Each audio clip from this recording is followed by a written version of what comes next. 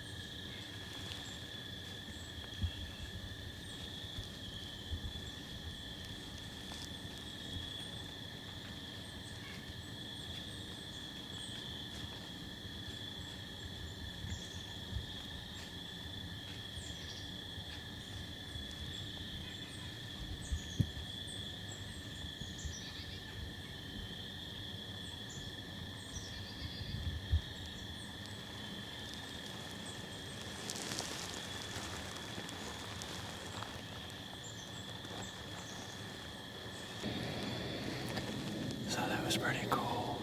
It's like 6:15 right now. So I've been up in the stand for just a little less than an hour. Bunch of squirrels around here, picking up all these different nuts and chestnuts and acorns that are dropping. I thought I heard a deer behind me once before. I looked and I thought it was a squirrel making noise. Maybe it was, but that buck came from directly behind me, kind of, where I thought the deer would come from. But he made a beeline straight for the bottom of the tree, stuck his nose right on the stick. And,